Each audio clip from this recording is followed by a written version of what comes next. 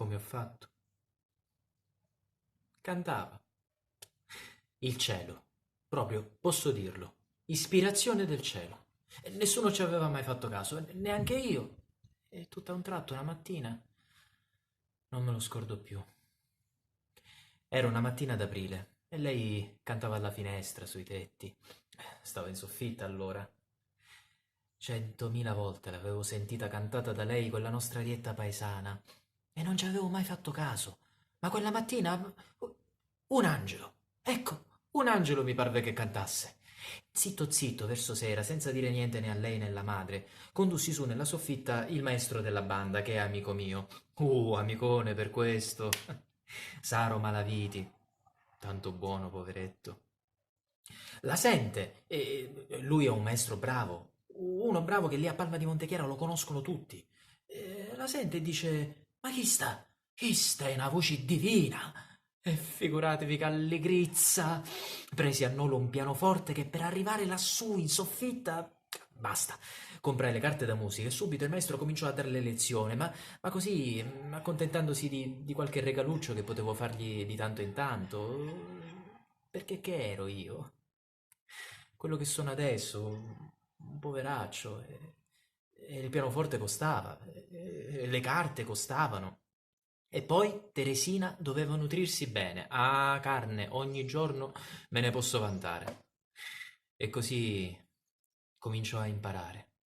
E si vide fin da subito. Lei stava lassù, in cielo si può dire, e si sentiva per tutto il paese da gran voci, la gente di sotto, così nella strada a sentire. Ardeva, ardeva proprio, e quando finiva di cantare, lei mi afferrava per le braccia così e mi scuoteva che pareva una matta. Ma perché lei lo sapeva, già lo sapeva, lo vedeva quello che sarebbe diventato. E poi il maestro ce lo diceva sempre. Lei non sapeva come dimostrarmi la sua gratitudine, ecco. Zia Marta, invece, poveretta, non che non volesse, ma non ci credeva, ecco. Ne aveva viste tante, povera vecchia, in vita sua, che non avrebbe voluto neppure che a Teresina passasse per il capo di sollevarsi da quello stato a cui essa invece ormai da tempo s'era abituata. Aveva paura, ecco. E poi sapeva quel che costava a me e che i miei parenti.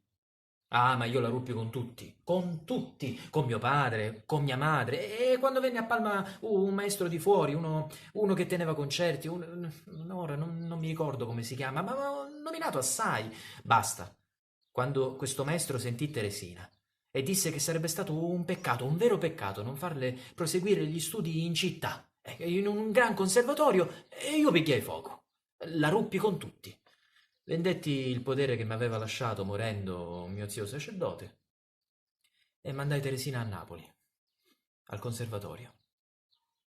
4 anni la mantenni agli studi. 4. E non l'ho più rivista da allora. Mai. Perché poi si mise a cantare nei teatri, capite? Preso il volo da Napoli a Roma, e da Roma a Milano, e poi in Spagna, poi in Russia, poi di nuovo qua. Io quel poco che ho fatto, l'ho fatto per lei. Eravamo rimasti di aspettare 2, 3 anni, il tempo che lei si facesse strada. Devo dire la verità, ecco, io questo danaro non me l'aspettavo. Ma se Teresina me l'ha mandato, è segno che ne ha d'avanzo. È perché la strada se l'è fatta. E dunque è tempo.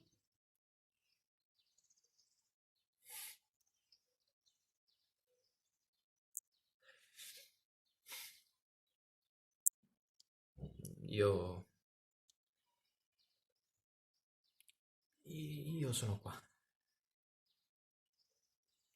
Io non dico niente.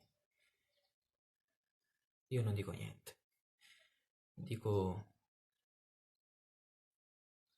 Sono qua.